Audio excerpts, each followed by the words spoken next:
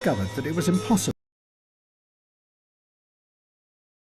But they had discovered that it was impossible to control and predict everything, and the plan had run out of control. But rather than reveal this, the technocrats began to pretend that everything was still going according to plan. And what emerged instead was a fake version of the society. The Soviet Union became a society where everyone knew that what their leaders said was not real, because they could see with their own eyes that the economy was falling apart. But everybody had to play along and pretend that it was real, because no one could imagine any alternative. One Soviet writer called it hypernormalisation. You were so much a part of the system that it was impossible to see beyond it. The fakeness was hypernormal. But they had... Yo, what is going down, everybody? Welcome to Wisecrack. Well, show me the meaning. Show me the meaning, yeah. Show me the meaning. Wisecrack's movie podcast, where we deep dive into your favorite or the more obscure films. Because this week, I don't know if you've even seen this film, but we do deep dives into them to pull out the deeper meaning behind some of your favorite film and sometimes maybe TV products that are out there in the world. I'm Austin Hayden, and I'm joined once again this week by Michael O'Burns. But what Austin didn't know is that the very content he was producing was solidifying the circle of oppression in which he existed. Hey guys, just me trying to be Adam Curtis. Very excited to be here to talk about, and everyone just saw a little intro clip we showed, to talk about one of my favorite documentaries. I guess it's a documentary. It feels like it's not as genred as we might want to make stuff. One of my visual favorite films. essay, maybe, or a historical essay. Yeah, I think he was doing video essays before YouTube was doing video essays. You know, like where people are just cribbing B-roll and stuff like that. He was doing this for the BBC in the fucking 90s. Yeah. Could you imagine if?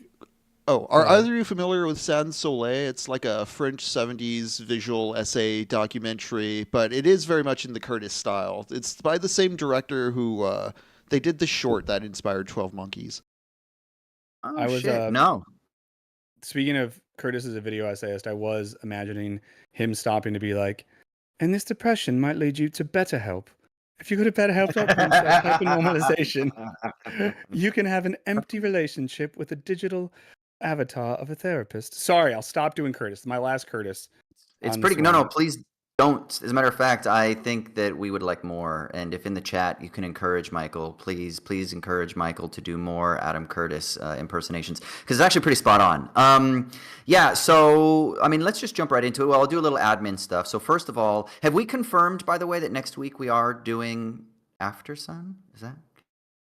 I don't think anything's confirmed next week. Maybe It it's seems to be tilting heavily that way, but I didn't see a hard confirm yet.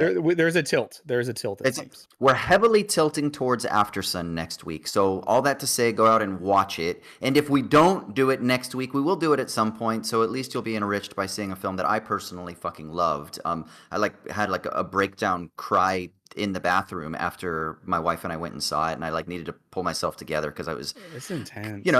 Yeah, and if you've got daddy issues, then in particular, this film could hit you in the heart. Yeah. Let's not go there right now, Michael. Potentially that. Also, remember, we've got a Letterboxd, so please follow us over at Letterboxd. Our name where you can find us is just SMTM Pod on Letterboxd. And please send us emails and all that good stuff at wisecrack.smtm@gmail.com, wisecrack.smtm@gmail.com. Give us recommendations. Tell us what you think about your thoughts on some of the material that we're covering. And we are going to be doing a full mailbag episode at some point in the future where we just address your thoughts, your ideas, your critiques, your theories about the stuff that we're discussing. And we would love to hear more from you. So please make sure you email us, wisecrack.smtm@gmail.com. And the last thing I will say is, if you're listening to us now on a podcatcher, come on and join us over on the live stream, which is every Tuesday at 5 p.m. Pacific Standard Time on the Wisecrack 2 channel, which also means that you can subscribe to the Wisecrack 2 channel over on everybody's favorite YouTube. All right, let's talk about fucking Adam Curtis here. We Please, let's we do it. don't want to we don't want to go too long with talking about this because first of all, it's like a really this is I don't like you said, is it a documentary? Is it not a documentary? I've watched this now probably 7, 8 times.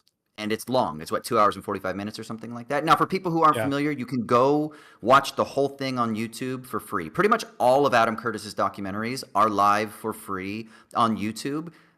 So you can go check them all out. I started with Century of the Self, which was my introduction to him. And then, there's All Watched Over by Machines of Loving Grace. There's The Trap. There's so many others that you can go check out. He's got one that he did in 2021 that is a new one that I believe is a 3-parter. Is that the Are Russian you one? talking about Can't Get You Out of My Head? That Can't Get one's You Out of My like a Head. 6 or 7 part Oh. series. That one's really good Okay. though. Yeah, it's a That one's long really one. good too. And there's another one between now and then. I'm forgetting the name right now, but it's the one that's all about Russia. And is that the one where he doesn't even speak?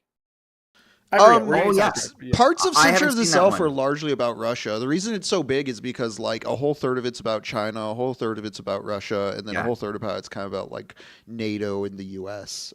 Also, That's just Can't shout Get You out Out to of the My- Power of Can't- Nightmares. I remember that one being really good.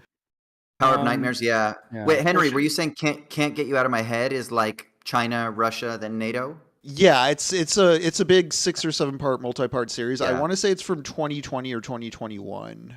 It's 2021, and I've only ever seen the China bits. So I've like fallen asleep as I'm watching it, and then listening to it on as I let Adam Curtis's voice. Yeah, I remember it soothe having me. a really good segment on Tupac Shakur. Oh shit, I don't remember. Okay. yeah. Well, let's listen. get into it. We're all let's this, get into yeah, this other movie. all this to say, you can get all of his stuff. He says that he's not a filmmaker. He says Mhm. he's a journalist, Mhm. and I think that that's a really interesting point to kind of like launch into this film. Now, Michael, I know this is one of your favorite pieces, but can you like give us a synopsis of like if this is a piece of journalism, what is he exploring in this documentary? Yeah, I think the simplest way to put it is he is exploring this idea that we are currently living through an era in which politics, as we think of it, is impossible. He thinks that's the case, and he uses this concept of hypernormalization that comes from this Russian anthropologist Alexei Yurchak. I'm pretty sure is their name. And what he's looking at in this film is why does nothing ever change, even when we know it is bad? Why do we seem unable to challenge dominant systems of power? Now, hypernormalization as a concept, again, as I referenced Alexei Yurchak, is this idea that a state or a grouping control uses propaganda, language, and images to present the world as they want it to be seen, even if that's not how the world really is. And because of a sort of cultural exhaustion, we all just sort of go along with it. I'll give like one example that people might connect with a little bit, but it's sort of that feeling you have sometimes if you watch the TV and someone in the TV, Jesus, I sound like I'm 50 something. But if you hear like When you're clicking your channel, when you're turning Yeah. the dial on your TV, when you turn on the tube after you get back from the tire factory, but you'll hear a politician say the economy's booming, it's doing better than ever. And then you think like, well, fuck, I haven't gotten a raise in 5 years. No one I know can afford a home.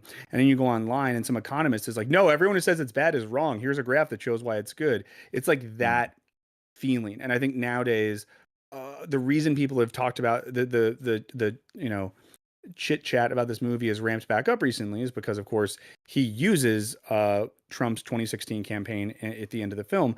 But a lot of people right now are having that feeling where it's like, whoa, wait, we're like really watching this guy just like redefine what gender is and blame plane crashes on like black pilots, rename the Gulf of fucking Mexico. Like it feels insane, and yet we feel incapable of doing anything. I'll maybe not say why he thinks that is or why he thinks we're incapable of change, because that's something we can maybe unpack.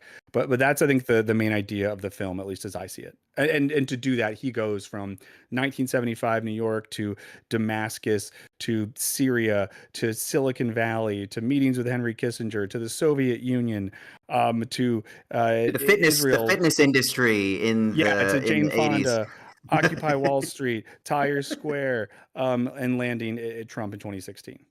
The thing that I love about I love everything you just said, and we're gonna keep pulling at those threads. The thing that I love about Adam Curtis is, listen, Adam Curtis isn't omniscient. He's not perfect. His analysis isn't the be all end all. Like, let's just say that. We know that. There are good critiques of some of his work. The critiques are more from like a radical lefty. I mean, conservatives might critique it, but I mean more from like a Marxist lefty perspective because they're like, oh, he doesn't really do an analysis of the critique of political economy. Yada.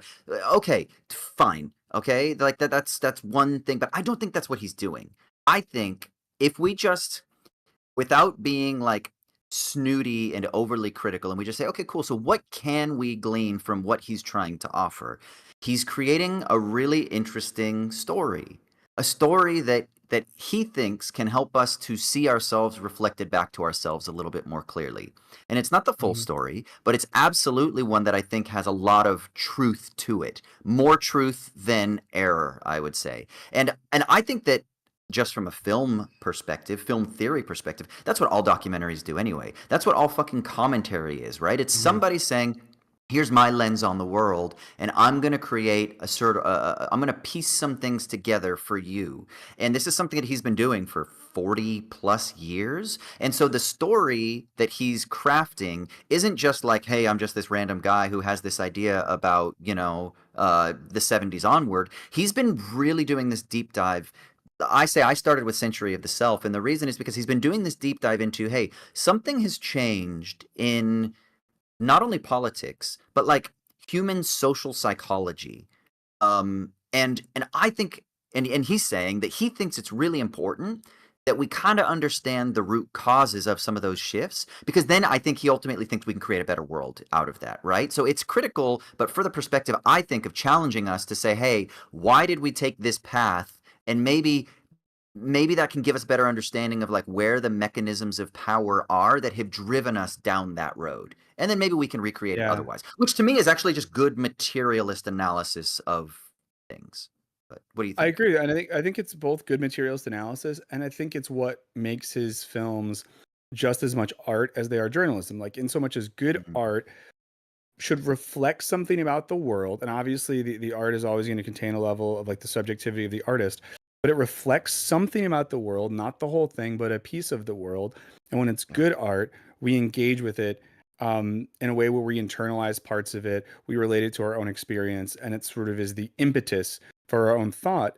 And something I think is great about an Adam Curtis film is if you watch one, you're probably immediately like Googling articles or looking at podcasts or talking to friends. If you watch it with a friend or with people, you immediately want to discuss, because it's something that doesn't just present the world, it also asks you as the viewer to consider your role or complicity in the systems being Mhm. described.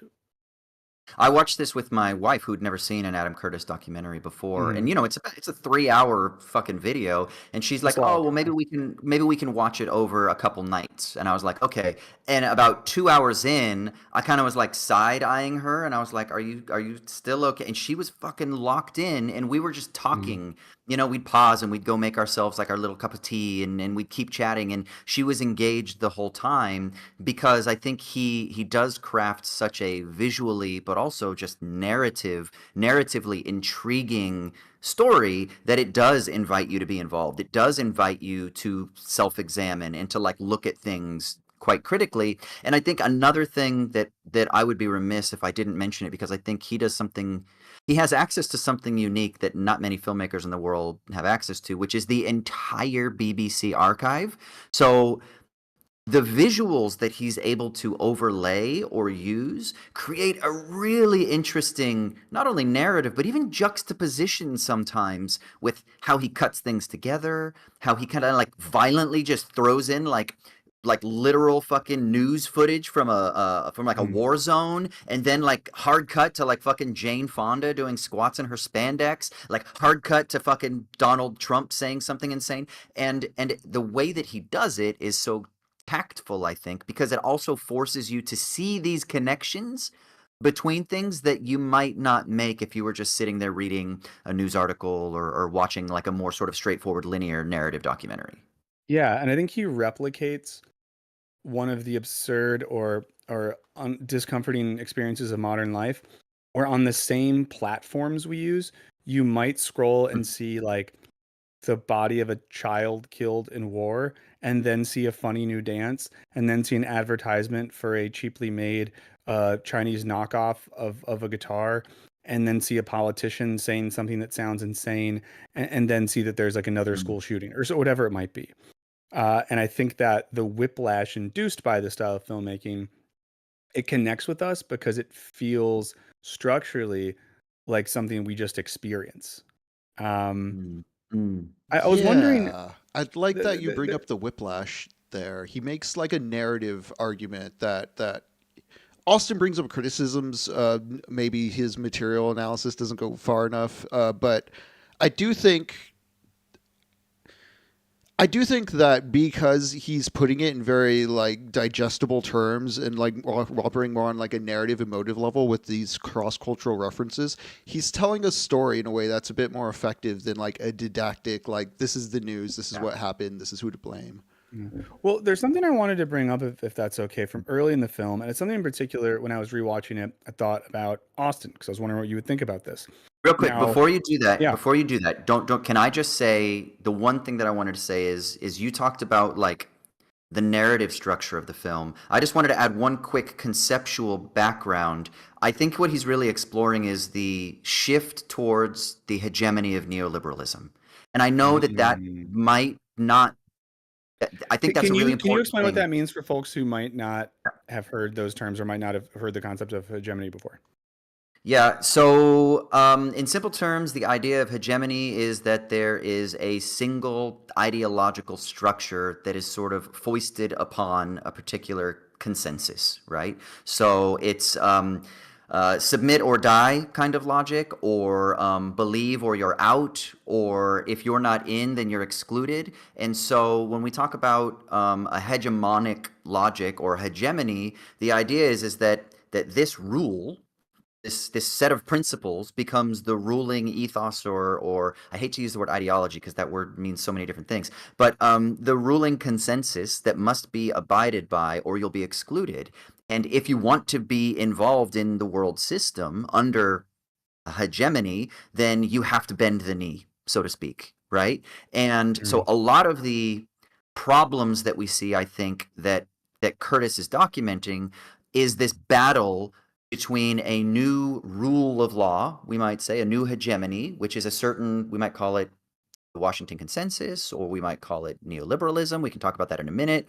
But it's this new rule of law that is then being contested by an alternate perspective. And obviously, in the middle of the 20th century, there were kind of like two primary competing like global world systems. You know, the Soviet Union kind of being the standard bearer of one, and then the U.S. being the standard bearer of the other. You know, like global capitalism versus, you know, some sort of conception of state socialism, which was based on communist principles, right? Well, in the 70s, what you see, and this is why it's so important what Michael talks about, is you see the breakdown and the crumbling of the viability of that second system from being able to actually continue to thrive. And there are many reasons as to why, but and which we don't probably need to go into now. But the point is that Curtis starts since 1975, when the cracks of the Soviet system and its influence are starting to become undeniable. But they still lived through the 70s and into the 80s, you know, as though it was still proliferating. And I think what Curtis is doing is simultaneously saying, well, the system that won out was the other system, the first system, global capitalist system. But then at the same time, that same crumbling and fracturing that took place in the 70s and 80s because of the Soviet Union system failing has now started to inflict and infect this other system that supposedly won, but that it itself is starting to fracture and the cracks are starting to show and are becoming like undeniable.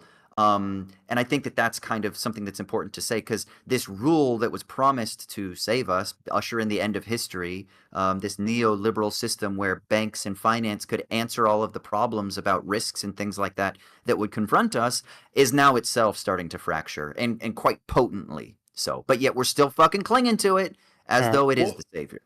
so that actually segues into the thing I wanted to ask you about. So, you know, as you've mentioned before, as those of you who have seen the movie know, it starts in 1975.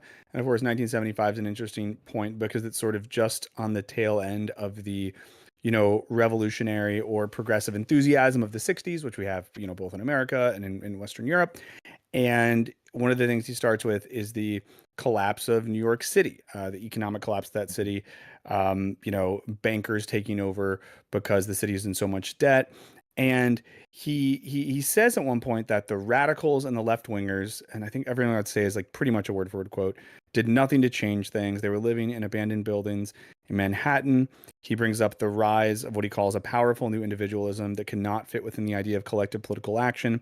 And then he has this quote. I want to read this in full. And this is from about 9 minutes into the movie. And just note, guys, there's a link to it in the description if you want to check it out later. Radicals in America turned to art and music as a means of expressing their criticism of society. They believed instead of trying to change the world outside, the new radicals should change what's inside people's heads. The way to do this was self-expression, not collective action.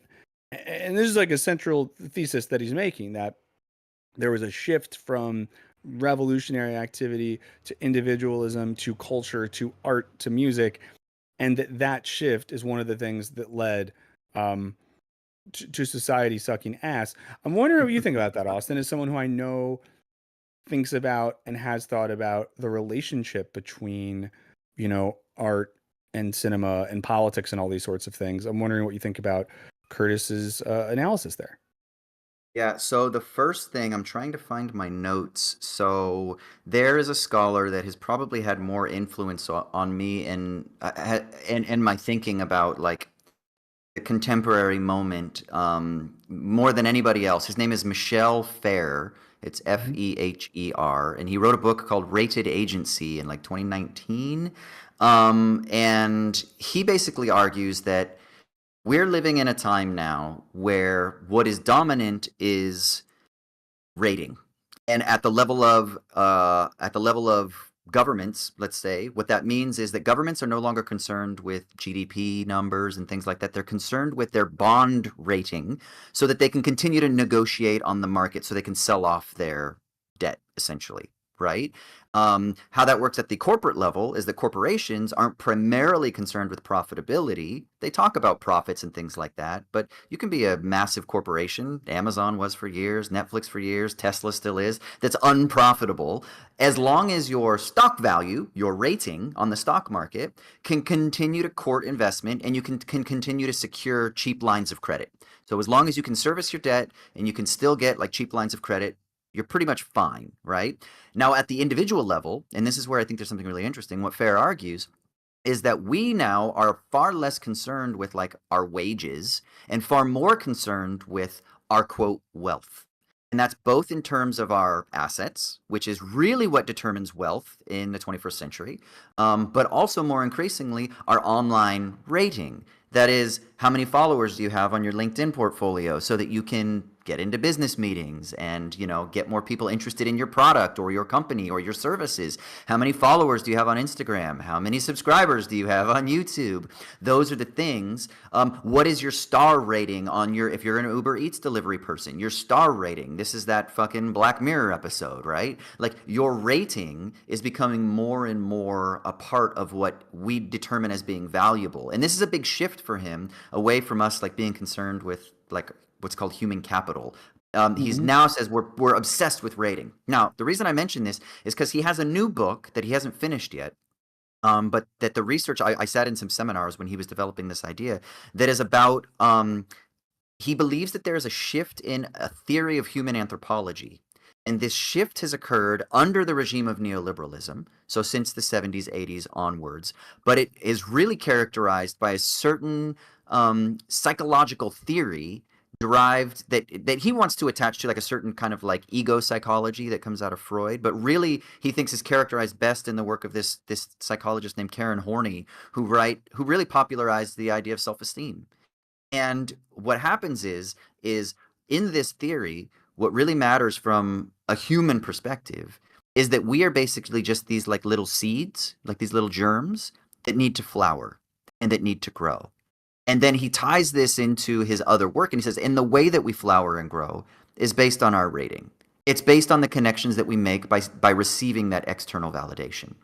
Now, when I'm watching Adam Curtis, and he's talking about this shift towards individualism, and he's talking about like We could talk about the artistic element in a second, but when he's talking about this shift towards individualism and how it is that we no longer believe in collective action and the possibility of politics and that everything has been economized now, I see Michelle Pfeiffer's work and I say, well, not only is this a sort of like critical theory on something, but I think there's an economic component that can clearly be backed up, like a financial logic that can be backed up that demonstrates how this has happened and how it does play out in our actual day-to-day lives. And I think it's tied to what Fair talks about as rating, but also that self-esteem, that germination thing. So we're all seeking to kind of like germinate, to grow, and then to flower because we need to be fed by these external sources as they invest in us. And the more we get invested, then the more we get invested into, the more we can grow. Now, how that works in like art and film is especially because art is such a public facing product or thing, like we're always then asking for adulation or people to buy tickets to our shows or for people to invest in our projects or for collaborations so that we can boost our followings, etc., etc. And I think that even looking at somebody like a Patti Smith in the 70s who's in this film, like her shift towards the individual and her shift towards the artistic expression cuts two ways. One is recognizing, hey, maybe politics is dead.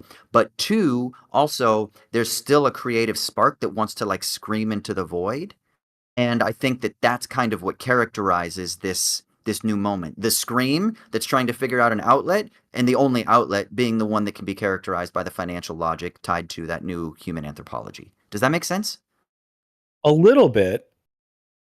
More than a little bit. It's I'm unpacking a lot of what you're saying. I guess like maybe in more simple terms, the thing I think this speaks to what you're talking about, but I do think a reaction people might have when watching this could be almost feeling like Adam Curtis is blaming you that the world sucks. You know what I mean? In the sense at which by sort of blaming the lack of resistance to the hegemonic structures you're talking about on individualism, it's sort of throwing a huge chunk of culture under the bus while also calling or implying at least that a lot of self-projected, or at least people we've projected as radicals, to be nothing of the sort. So I guess I understand what you are saying there. I'm not as smart as you, so I'm piecing it together slowly like an old computer, like a Dell. Like, remember that guy that said you were getting a Dell? Didn't he become a criminal or something? I don't know. Let's say he did, but I mean, Justin Long was the Apple guy, wasn't he? yeah. Oh my God, In those commercials commercials. do so much for society. What would Adam Curtis to say about us? Just like discussing commercials as aspects of culture. Well, I mean, to be you're fair, talking what you're about saying, individual like personifications of brands being sold as complete lifestyles too. When you're talking about the actors portraying Apple. the computer. Oh yeah, I know. Well, there was the Verizon guy for the longest time in the States. But no, to be fair, exactly what you're saying is why some of the more kind of like materialist lefties have been critical of Adam Curtis, because it does appear that he's like like the idea it's called like responsibilization theory, which is like you as an individual are responsible for the kind of faults of what is actually like maybe a structural problem. Yeah. And so some people have leveled that criticism against Curtis. I don't think that's what Curtis is saying. And I'm assuming you don't think that's what he's saying. No, and I do think it's interesting. Like, he's one of those people. I'm sure we have friends like this or family members. The sort of friend in your life who you hate that they're often right. Like, you start a new relationship, and that friend's like, I don't know, man. She seems like not good, or he seems like a bad guy. And you're like, oh my God, you're so annoying. And then like 3 months later, they've drained your bank accounts and moved to Dubai. And then they're just like, you're like, oh fuck, you were right. Or oh, you shouldn't go to that restaurant. You're gonna get food poisoning. And oh, I pooped for 3 days. And I think that Adam Curtis is like that. And I'll give one example. So in the movie, an example he gives is Occupy Wall Street. And when this movie came out, it was 5 or 6 years after the Occupy Wall Street thing happened. And if you were alive at that time, God, we're getting so old. But if you were alive during that time, a lot of activist types, progressive types, left-leaning types were very in on Occupy. And if you were being Dude, negative on it, we thought it was going to change the world, bro. yeah. Like, And Adam Curtis in 2016 is like, yeah, this shit's so dumb. And he shows these clips in this way where he's like, oh, they're just waving their little hands and nothing's happening. And I even think the first time I saw it, I was kind of like, oh, whoa there, buddy. But I will say watching it in 2025 and seeing his critique of something like Occupy Wall Street, it's like, oh yeah, this was so dumb.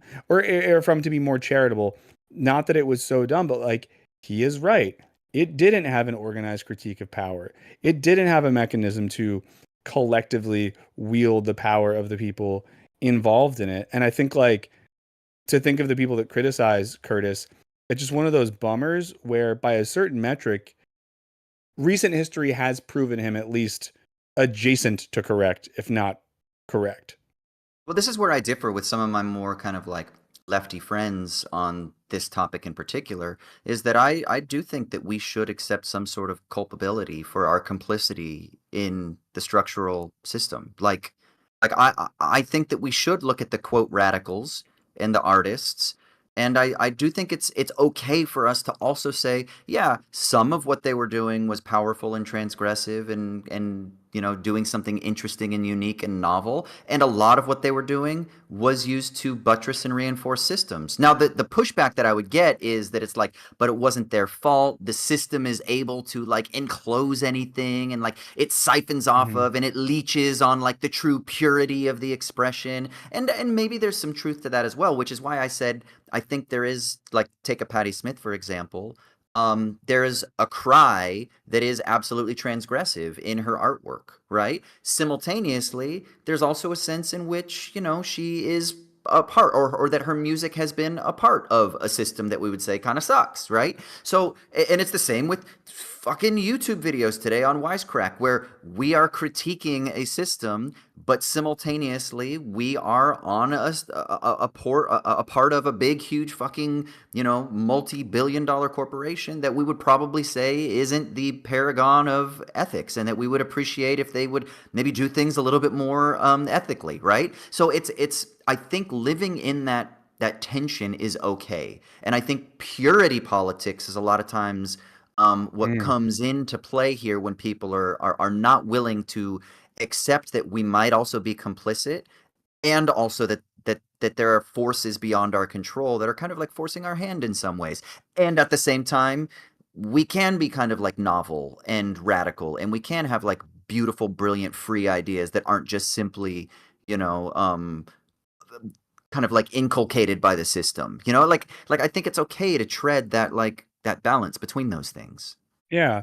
Well, I mean, something he brings up in the film that relates to this, maybe I'm moving like one step away, is that, of course, like we're talking about now, he gets at the sort of individualism as one of the problems. It's not the only problem. And a huge theme of the movie is kind of like truth, the post-truth world. Where is the reliability of knowledge and information? And at the end of the movie, he uses the example of Donald Trump's first campaign to indicate the collapse of a certain type of journalism.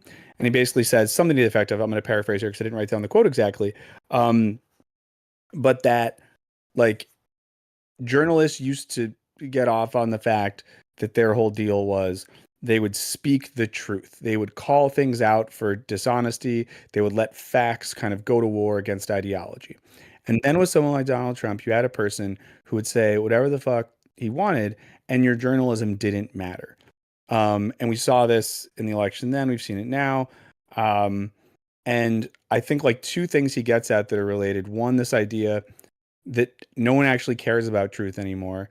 Like it's like with right now, not to get too political, guys, but with like trade tariffs and stuff like that, he's just like, tariffs are good. All the economists say they're good. This is good. And then every economist is like, no, this is really dumb. And then the journalists are like, oh, the economists say this is really dumb. And Trump's like, that's not true. Every economist says this is good. Another thing that Curtis does, which I think overlaps with this, is in 2016, all the good liberals were so mad about Trump, and they went on the internet and they said they're so mad, and the internet said you're mad. We're going to show you other people who are mad, and they were all in this little masturbatory circle jerk where the internet like contained their sort of like madness, such that it didn't matter or have any externalized effect. And I think that description, or that like kind of dual description of the modern media and the way that the media overlaps with technology and the way that it creates this kind of like post-truth echo chamber thing, is scary. And it's scarier that like when the movie came out, the 2016 election had not been decided.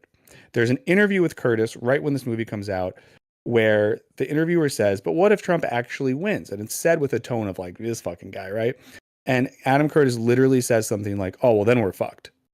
Like he basically says like, well, if Trump actually wins, like we're fucked. It's the game over. Yeah, it's interesting. So maybe the way that we connect the kind of critique of the artists in the 70s, who he basically identifies as maybe his generation of radicals that like, you know, in the 60s and early 70s, they were so fucking idealist and they thought that, you know, Woodstock and doing LSD was going to be able to break you free from certain control mechanisms. But what they realized is that they didn't really understand the levers of power. So once they got a little bit disillusioned, they retreated into maybe these more individualistic, maybe anarchist even, kind of escapist pursuits, but didn't know how to actually take power. So that's what you get in like the 70s. And I say this also because I recently, just this past year, I did a Patti Smith play, one of hers that she co-wrote with Sam Shepard. And one of the things that she writes about, that they write about, is that the thing that's going to save us is what she calls a rock and roll Jesus with a cowboy mouth, which is a line from a Bob Dylan song. And there's this big fucking monologue and it's autobiographical because Sam Shepard and Patti Smith had this like torrid love affair when they were locked up in the Chelsea Hotel for a little bit, and they came up with this idea that like what was going to save us in the 70s, this is like 77, what's going to fucking save us is music and art and poetry, because when one of those motherfuckers gets on stage, they can do something that religion can't do anymore because we don't believe in God, that politics can't do, but this music can usher us into like this transcendent realm and it can fucking save us. And she's trying to basically convince this guy that he could be that, you know, because she doesn't think that she's good enough. She doesn't think that she is capable of doing it. I don't want to like spoil the play, but it's called Cowboy Mouth. Give it a read. It's fucking bizarre. It's super surreal. The end of the play kind of challenges whether or not rock and roll music and this guy that she thinks is going to be this rock and roll savior is going to be able to actually change anything. But so let's just say that that's the dream that Patti Smith wanted, and that's the dream that Adam Curtis, I think, is tapping into, and then saying, okay, so you're just a disillusioned hippie, for lack of better terms, who now thinks that the only way to do this is by poetry, art, you know, inner transformation. That's going to like contagiously spread, and then we're all going to kind of like usher in the age of Aquarius or some shit like that. And then he's saying, but that doesn't really understand power. And then the problem is that has been the dominant approach to, quote, politics, which is really like post-politics. And then I think the reason that's hidden behind that's where that like kind of like theoretical stuff I was talking about, the economic logic comes in. Because what has happened is we live in a system of incentives that it doesn't trust the ideas of like political processes, but that rewards consumption and that rewards branding and that rewards like building an audience and things like that. But all of those things are tied to these economic mechanisms, right? And if you have more money, you can build bigger audiences. And if you build bigger audiences, you get more money. So you can build a bigger audience. And that can be on the brand side. So that could be your stock, like Tesla. Tesla's not a great fucking product. It's interesting in the sense of lithium batteries, yada, yada, yada. But like there's a lot of consumer reports that come out that are like, these cars aren't built that great. And a lot of institutional investors have kind of like pulled out of investing from Tesla. It's retail investors because they look at Elon like he's a fucking superhero. So it's branding that is propping up the richest man in the fucking world. And of course, large government subsidies from SpaceX and things like that. But the majority of his wealth comes from Tesla, right? So there's something about like this economic logic that is behind the scenes. And that's the shift that I find most interesting that he's talking about. Because yes, there's this turn towards the individual, but the turn towards the individual wouldn't be It wouldn't have any momentum if there wasn't resources that was propping it up and proliferating it and siphoning off of it and feeding it. And that's the economic logic because it rewards it. So then by the time you get to Trump, the reason that Trump is viable is because, again, he's a brand. He's a brand that is propped up by a certain financial logic. And so it doesn't fucking matter what he says. It doesn't matter. Truth doesn't matter because all that matters is the excitation that you get from participating in your brand.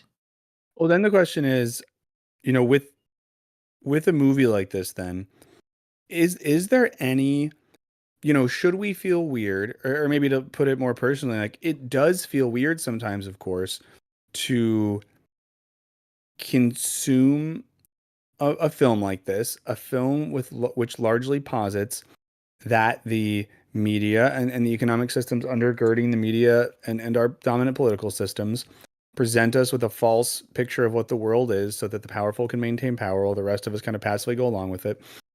We watch that movie and we watch a piece of content that says that stuff. And when we watch it, we feel mad or we feel smart or we feel enlightened, like we've been unplugged from the matrix or that we've stepped out of the cave into the light of day. But then we open another tab, we go back to whatever. So, I mean, I think that I wonder, if there's always going to be something weird with experiencing a piece of art or journalism like this, then in a sense, like the function of it sometimes is like doing the thing that we're critiquing when we're watching the movie. I mean, this is always the Yeah. challenge, though, right? Like, what do you think? Do you think because okay, so let's just kind of dunk on our grad school friends and even our own ideas for a second. Like, Yeah. there were definitely people that we went to grad school with, and for people who don't know, Michael and I did PhDs at the same university, and master's degrees actually. AR But one. we would know, and we would even I probably still have parts of me who believe this to an extent, but there were people who really believed like if we just live on like the fringes, that what's called like the interstitial spaces, right? The interstitial spaces, like the spots where capitalism hasn't fully enclosed it and corrupted it. If we just lived in those cracks and we just created from there, then we could create networks of freedom outside the system, right? And like there's something so romantic about that. And as an artist, I still believe that to a great extent. Otherwise, I wouldn't be on this fucking podcast. And I wouldn't have gotten involved with Wisecrack when I did years ago. Because I believe that we can communicate with people in spaces and in ways that aren't just fully predetermined by exploitative or oppressive systems. But is that idealistic? Yeah. No, go ahead. Is that me just being, is that overly romantic? It might be. I'm not totally sure. Like, I think maybe a Curtis might say it would, but I don't necessarily think he would say it is. I was just thinking, like, if people have watched this movie, if they are thinking about some of this, if they're in this state, which I think is a normal state to be in when watching a film like this, of like, well, what the fuck now? I've been reading, and I'm not finished with it, but Frederick Jameson's American Utopia, and I was reading some of it last night, and that his essay on the possibility of American utopianism answers some of the questions left behind in watching a movie like Hypernormalization. Might not answer them in a way that everyone loves, but some of it is there, and he talks about like discursive war and the importance of like what it means to, even at a linguistic level, both kind of deconstruct the bad ideas and normalize the good ideas that have been painted as radical, yada yada. But I think, to frame it, and sorry for doing this, friends who are listening and watching who hate this shit, but even in like the very crass Marxist way, I do believe that like shifts in consciousness are important. And I think that film and literature and media can have an effect on how we think of the world, and how we think about the world can affect how we act within the world at a material level. But I think, something that I think is good about Curtis's work is that it does force us, and a lot of theoreticians and philosophers have been at junctures like this in history where he forces us to maybe acknowledge that what we thought was going to work isn't working. But that's not to say that nothing works.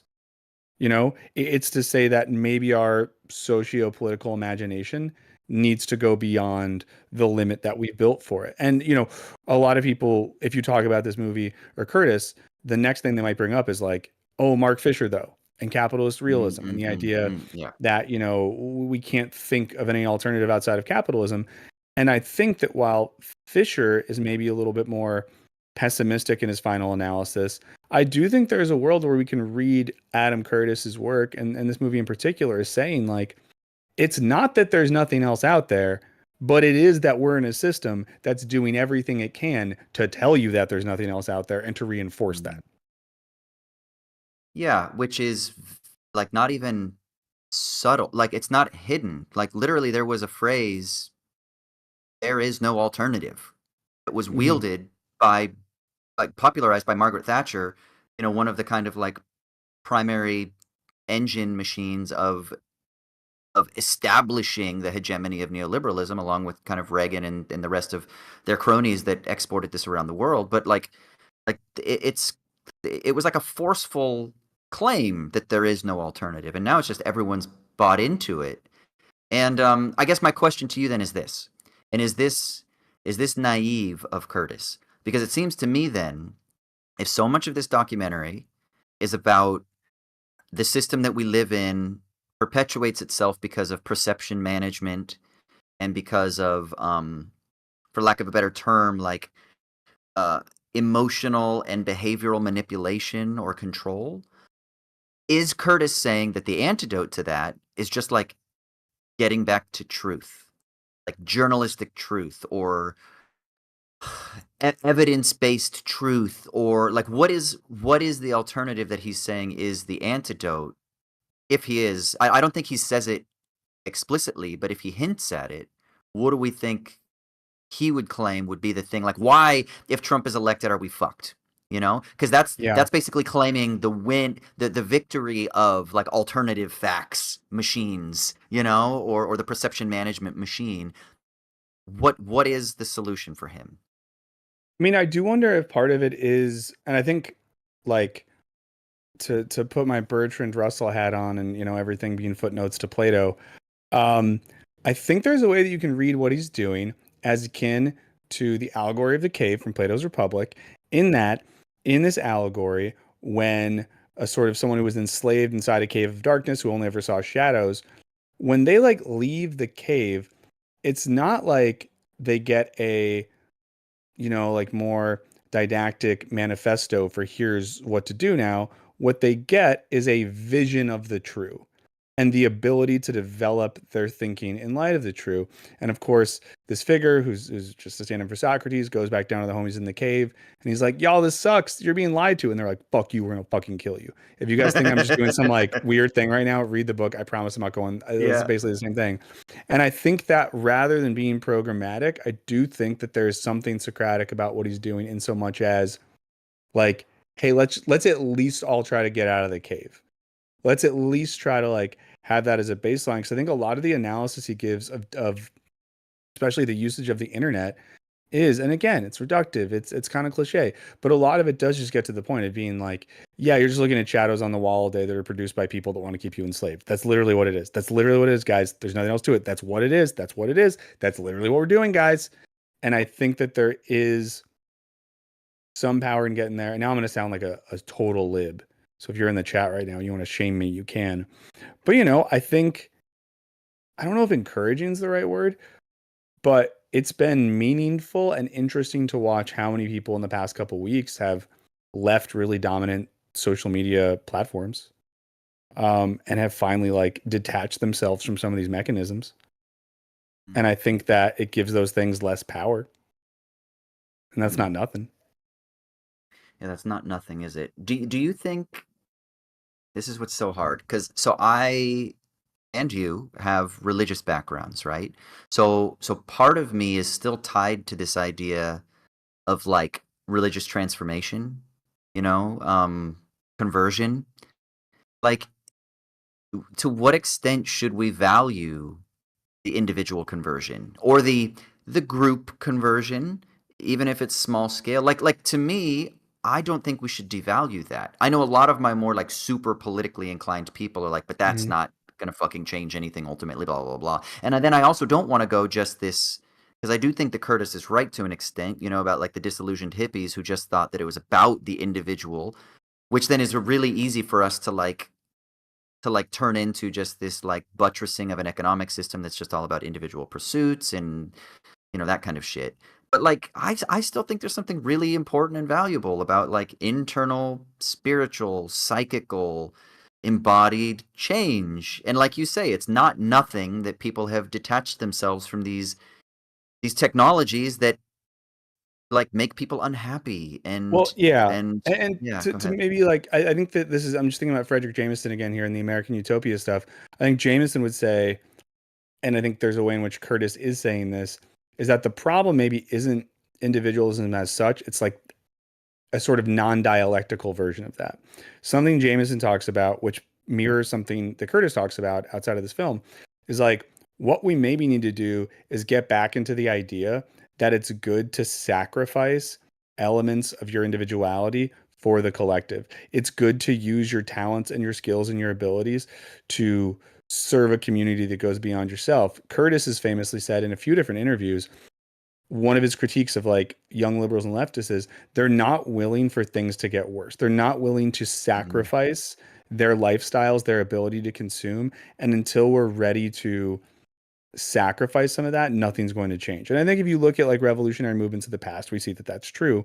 And for me, at least, that's where there is this sort of relationship between being individually affected and individually, like to use your language, converted. And let's go like real religious here. What Saul to Paul, right? Saul has a moment of individual conversion, which leads him to become a new person who is more focused on a collective, on a community, on building something out that's more than just his own power. And I think that ultimately, like, that's what he's pointing to, but that's why it's so hard, because even those of us who think of ourselves as good, I mean, if you're listening to this now, guys, I mean, like, do you want to have like less stuff? Do you want to have less convenience in your life? Do you want to not be able to see movies and go on the internet? Do you want to have, insecure access to power and internet and clean water? I don't know what else. Like, do you want that? Probably not. I don't. And Well, this also ties into like the hippie discussion, right? Like Patti Smith and them. I love Patti Smith, by the way. She made a lot of fucking money. A lot of fucking money, from being like this like punk rock street poet to, a musician who's some of the best music that's ever been made. Would love it. But she's also made a lot of fucking money. And it's hard, I think, for us to square that circle. It seems like a total contradiction, but and not only has she made a lot of money for her, she's made a lot of money for platforms and labels and fat cats with cigars who kind of run the outlets, the distribution outlets where music is consumed, proliferated and consumed. And so maybe there's something, and it sounds like I'm shitting on Patti Smith. I fucking love Patti Smith, so I don't mean that, because I think compared to also a lot of people that would be her peers, she's fucking great. She's fucking great.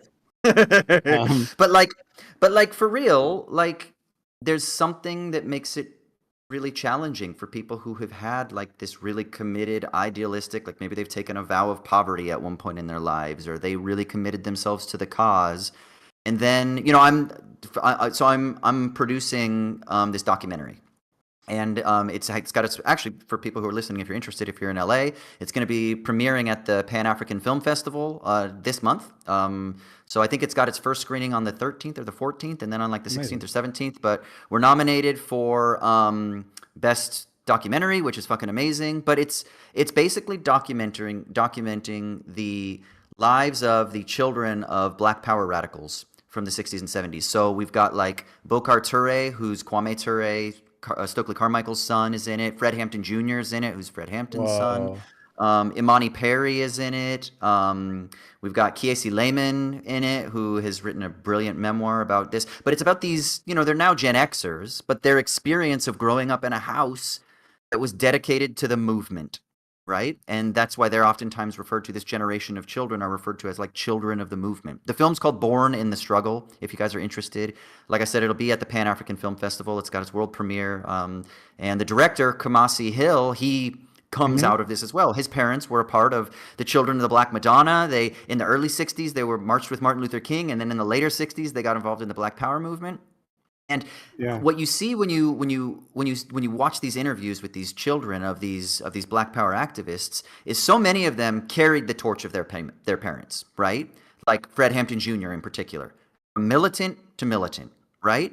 But then some, they're tenured professors at fucking Harvard, and some who run these, large corporations who are working on sustainability initiatives, like, Kwame Ture's son, Bokar, who's working in Africa to try to do, development initiatives, to bolster local economy. And there's this tension between them, between like the radical, which is maybe more the Fred Hampton Jr., and then the person who is like they still have that, they're still carrying the torch of their parents, but in a way that is also kind of pragmatic, for lack of a better term. And I think that that's a really important tension for us to wrestle with. Because, yeah, it's great to be like, I'm going to be a pure fucking activist and I'm going to go into the hills and I'm going to like make change and make revolution.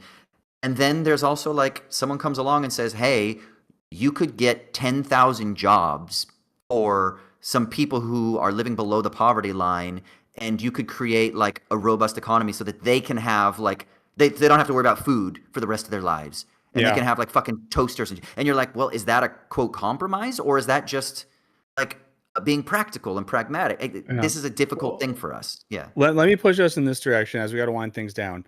We're having a really good discussion inspired by themes of this movie, which I think is a nice performance of what this movie does to you. If you haven't watched it, again, there's a link in the description. A simple question to wrap things up here. Is it a good movie? Is just as a movie, not as a mechanism for the introduction of ideas, but as a film that someone made, is it a good movie? I think it's excellent. I think it's excellent. I think the way that he brings together the visuals with the music, I think sometimes it's funny. I think that there's a lot of humor and levity in this film by just the juxtaposition of sound with imagery and some of the things he says in his very sort of like dry but like very clear British tone. I think yes, it is a good movie. What do you think? I do. I think it's a good movie. I guess I don't think it's like probably not a great movie, but I think that Adam Curtis is one of those people that has made a lot of good movies, you know, such that I think if you put out stuff at the rate he does, it's not like he spent 10 years to make this 1.5 hour thing. But yeah, I think it's a good movie. And I think it is something that, um, and this is a compliment to him. He does really have a corner where he's kind of developed a certain genre unto itself that mixes elements of the documentary with elements of a video essay, with elements of something a little bit more experimental and like using visual montage and stuff. So all that to say is, I think that even if folks are maybe not like wanting to get into all the political nitty gritty that we're talking about right now, I think it's still a film worth watching.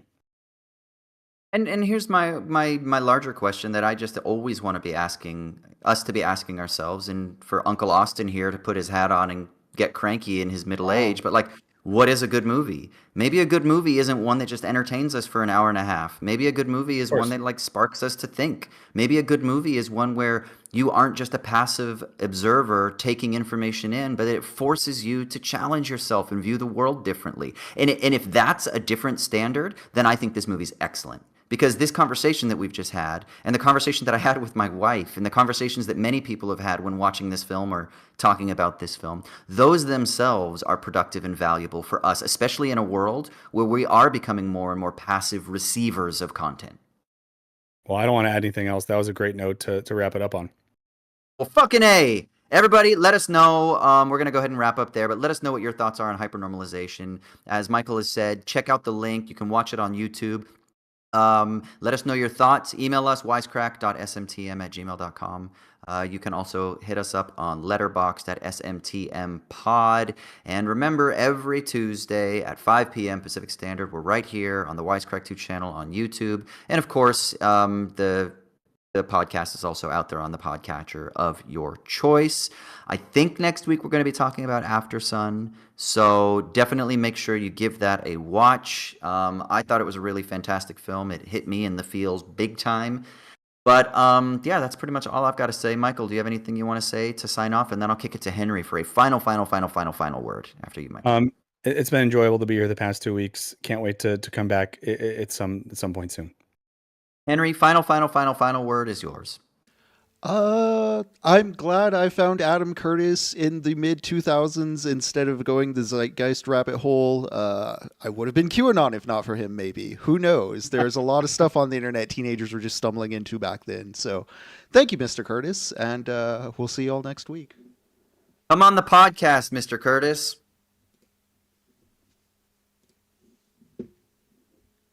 And we're done.